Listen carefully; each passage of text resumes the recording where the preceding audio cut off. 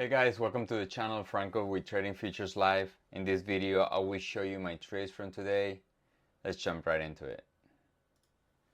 Alright, so it's kind of like a frustrating day. It's been a very frustrating week for me. Actually, I've had a bunch of break-evens. We can review on them later, but today, 2 break-even trades. They were not bad trades. On my first one, I did have this area, right, that I liked. Now I got in on the second retest type of kind of like a confirmation entry, right? So the way this works is, all right, I do have this tested area, right? I'm not sure if it's gonna react. If it gets to the area, I want the internals to show me that it can't work, right?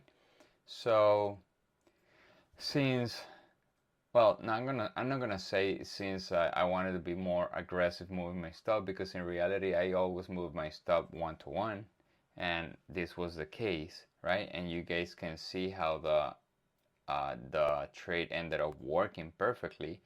And here is the value of me logging my trades. I can create what I do on H1 is that I do create a custom statistic that tells me, all right, I was topped out break even, never was topped out for a loss, theoretically, and then it worked, right? So the thing works like this. I mark off on the H1, it worked after being stopped out break even, right? So I can have this statistic, and with time, get better at identifying which ones are the ones that work after me being stopped out break even, right? So very frustrating. It moved 1-to-1 in no time, like less than 30 seconds or something, and then it reversed very quickly towards my stop, and then it ended up hitting my target, right? If we take a look at the internals, they were like textbook setup. ADQD was creating this low, then there's another low below the open, and then it created this high, and then from there, this was my entry. It collapsed. Same thing with the tick chart.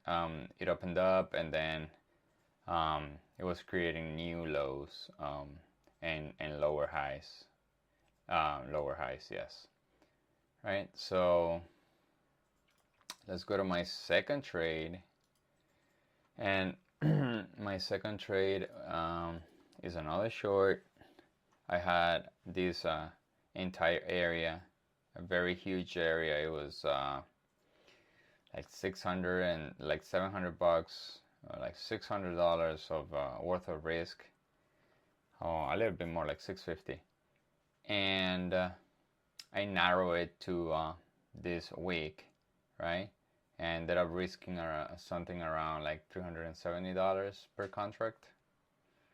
But a bunch of things happened while I was in this trade. I was distracted with another account because it has a threshold, whatever. So I ended up entering here, limit order. Sorry.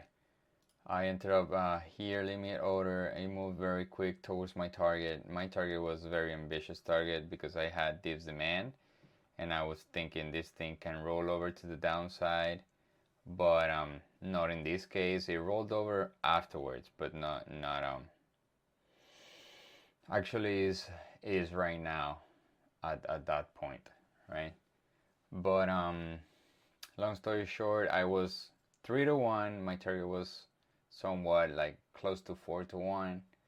It was a mistake. I was distracted, and then I said, all right, I'm gonna move my stop to +2 because I'm watching the internals, right? So I see these internals doing like this, right?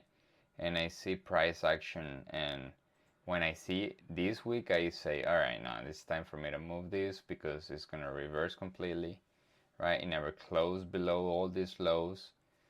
It was consistently holding this level, right?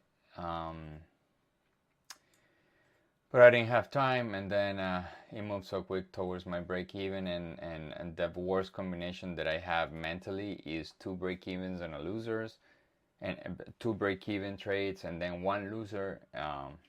So I want to avoid that situation at all costs, and I decided just to stop trading. The week is not great, right? But I'm still up, and but more importantly, the month is very good. I'm just 2.5 hours off of my monthly goal. So, and if you think about it, I was 3 hours in that trade. But it is what it is. Sometimes you make mistakes, and I do make mistakes all the time. Um, Trading is a journey that you need to improve with time, right? So I stopped trading, and I do have things to do in the afternoon, um, so I won't be trading anymore today. So it's a break-even trade. George did not take any trade, so with that, I'm gonna wrap up this video. Please don't forget to like, subscribe, and share. That helps us with the YouTube algo. And see you tomorrow 9:20. Oh, and we have a pre-market video every day live 9 o'clock, right before we go live for the market open. We're doing the pre-market context. So please come back at 9. All right. See you tomorrow. Thank you.